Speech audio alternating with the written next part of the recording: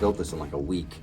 And just like turning it on and hearing it work, I played Pantera immediately through it, and I was like, holy crap, this thing works. And I'm not saying this because I built it, but I think this is the best sounding amp I have. I didn't design it, I just put it together, but it really creates, like, what the wonderful thing about tubes is, like, it creates a lot of black space between the instruments, and it'll create this like holographic vocal that's like kind of like floating in my room, and almost like I can see it. The only problem with this being in Florida, the only time I can really enjoy this is in the wintertime when it's Florida cold outside, like 50, because this just heats up my whole bedroom. Yep. It gets so hot. And if I have my friends' kids come over, I'm like, don't touch that, it'll kill you. It's like super sketchy. So when I was like 7 years old, my dad goes down in the basement for 3 hours a day and blast music. I would always get his hand-me-downs, and he bought one of these in Germany. He was in the military.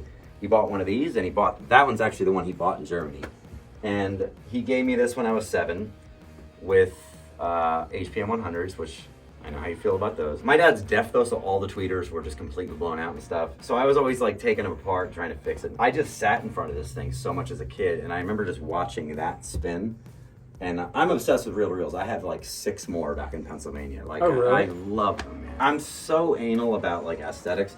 This almost looks kind of like that. Like, it's just very symmetrical. No, it looks really good. And I obviously I like blue. I have blue everywhere. No, this is aesthetically very nice. Yeah, I'm a maniac. So is that a DB? Yeah, so he had a 9090 regular one. He put it in a cabinet that was too tight, and it blew a channel. And this is like in the, I don't know, 1990 something. So unbeknownst to me, he threw it away, and I'm like, no, because now I know they're repairable. I'm still trying to track it down, but I don't know where the hell it is. When I was like, I don't know, 18, 19, I started working again. I bought this one off eBay for like $600 or whatever. So it started with this one, and then I started looking at these. I love VU meters. I got this one 12, 13 years ago. And I think I paid $600 for it, which is insane. And it was some like rich dude, and he's like, oh, it's got a scratch on it. I can't deal with that. I'm like, I don't give a shit. It works. So, and I was like into the whole Power Wars thing at the time. I'm like, oh, 160 watts, I need that. But honestly, it's the knob. It's the knobs and the meters. This is so dumb, but I go on Audio Karma, and it's like, it must be something about 2 knobs, guys. Like, I'm like, whatever you say. This is the most detailed any receiver. This the etching good, on these, and it's not just on those. It's on every little knob the whole way across, and this just lights up so nice. These are like the 8000, the 9000. The last place we were at had 9000 dB. Looks the same. Yeah, it's just but like dB, which you don't want. Incredible. I mean, honestly, the big part of this is the aesthetic. Like, I think it's amazing looking. The next one, and probably the most sentimental, I think I was telling you this yesterday. When I was a kid, I went to this like grumpy old mechanic who would inspect every piece of car I had. When I was a kid, he would just put a sticker on it. He never said much. I would just give him money. He'd be like, all right, get out of here. And I always saw an old big Pioneer in the back of the shop, and I'm like, that's a 1050. Because I really became a nerd. I know all the model numbers. I'm sure you guys can relate. I saw it back there, and it would just play the radio or whatever. And then one day I saw things piled on top of it, and I'm like, oh, that's not working. So I just started talking to him. Like I said, he's kind of a grumpy guy, and I'm like, hey, what's up with that? And I think he just like wasn't used to people talking to him a lot. And then me and him stood there for about 3.5 hours and talked about audio and cars and music. I'm seriously getting emotional just thinking about this. But at the end of it, he's like, you know what? I just want you to have this. And he let me take it home. It wasn't working, but I spent years. My girlfriend at the time was like, what are you doing in the basement with that old thing? And I was like, because I knew a little bit about audio repair, and I'm like, I'm going to get this working. And I found some guys on Audio Karma, and they eventually helped me get it going. And years had gone by, and this mechanic shop wasn't there anymore. And I was like, I have to find this guy. He had health problems. I was like, he might not be alive anymore. So I like scoured the earth, Facebook basically, and to find him. And I'm like, hey man, thank you so much for this. It means the world to me. And I got it going. And I think he was like really stoked to see it. And then I actually went on a trip to Vietnam. I was like backpacking and stuff. And he was a Vietnam vet. And he like followed the whole trip over there. This thing means so much to me.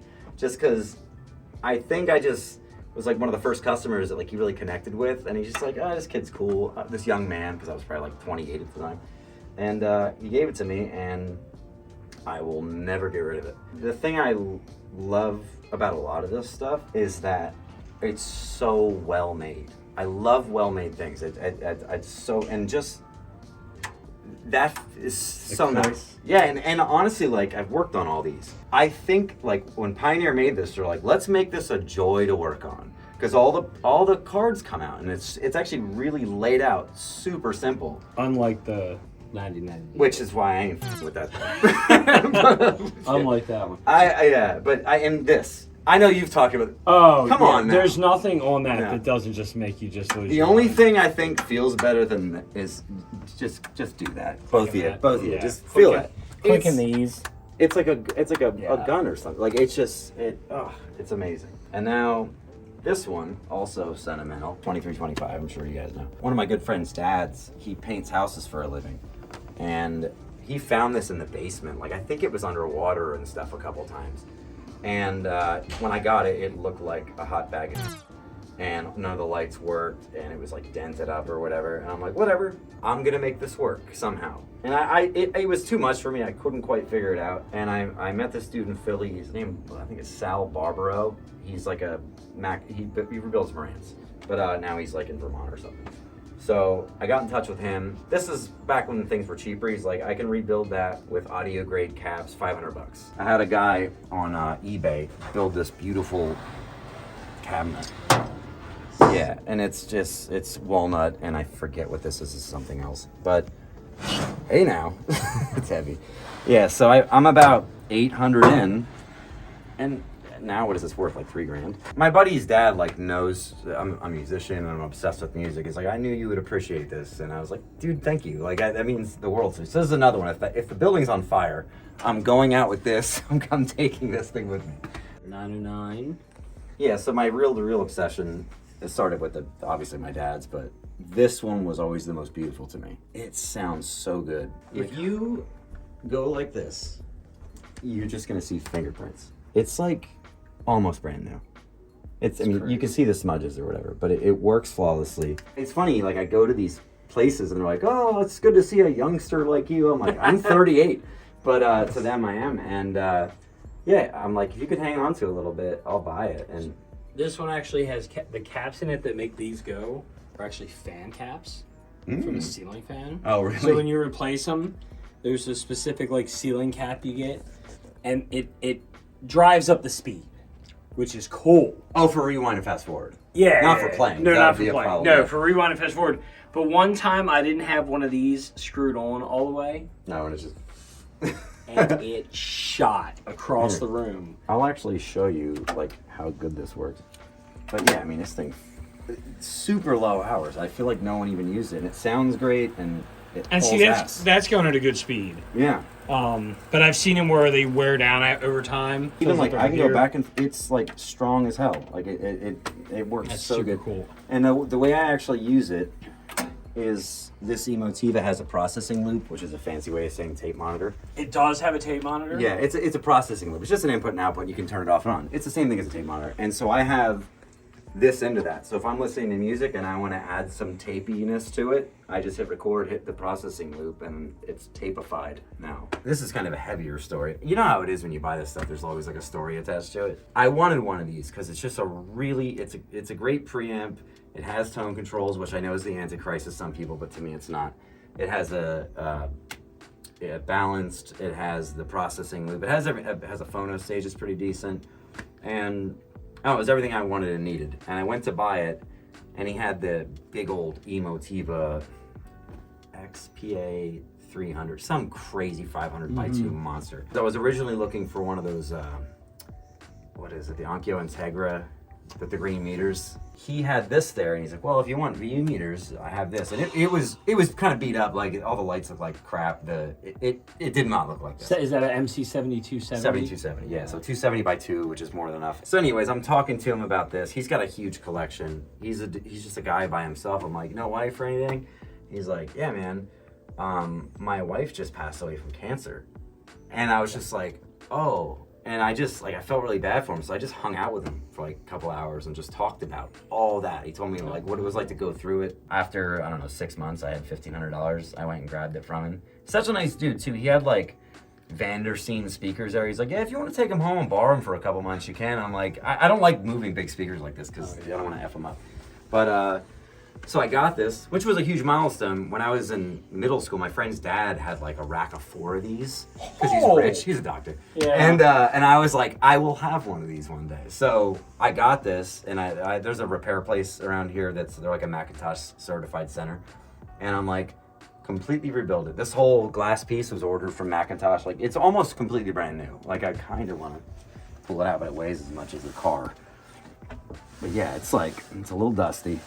But yeah, oh man. But yeah, new caps. Everything's new. And the whole front glass is new. This thing weighs 82 pounds, by the way. I have friends come over here and they're like, oh, is it stuck? I'm like, no, it's just heavy. I have, this is how insane this is. I have a line coming out of here into a mini DSP.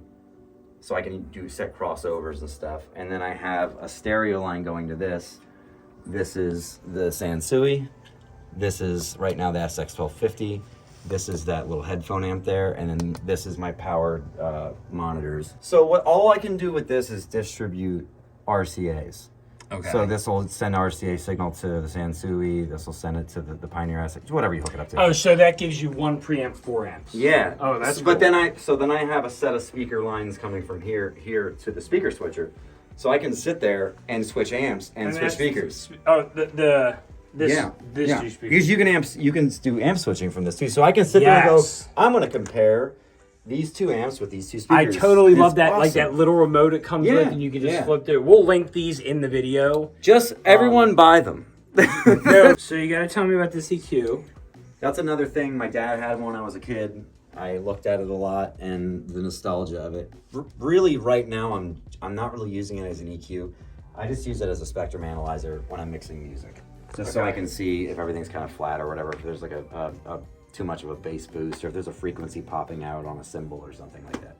But it just comes in handy. Plus, honestly, it looks cool. These are the best speakers you can buy for $200, in my opinion. I started with these, and then I wanted something smaller for my bedroom in my other place, and then those other ones went on sale. Like, these are normally $600, but they go on sale for $200 all the time. I've had these for a long time. They're like a legendary studio monitor from the 80s. They call them the Dolly Parton or the butt cheeks. Yeah. But I got these from a dude in Jersey, and these are like probably the most mint pair I've seen. There's one little nick on here because I pulled a cable one day and hit it, and I feel like an idiot. But I love them, but they're worth, like, put it this way. If I'm selling something on Marketplace or Facebook, or that is the same thing, or Craigslist, I'll have a picture of speakers and that'll be in the background, and all these dudes are like, yo, you want to sell those? Want to sell them? I'm like, no. So I know they'll sell in like 6 minutes, but I don't know. They're really fantastic for phantom like vocal center image, but I could probably get $3,500 for these, and that's about what the source points cost.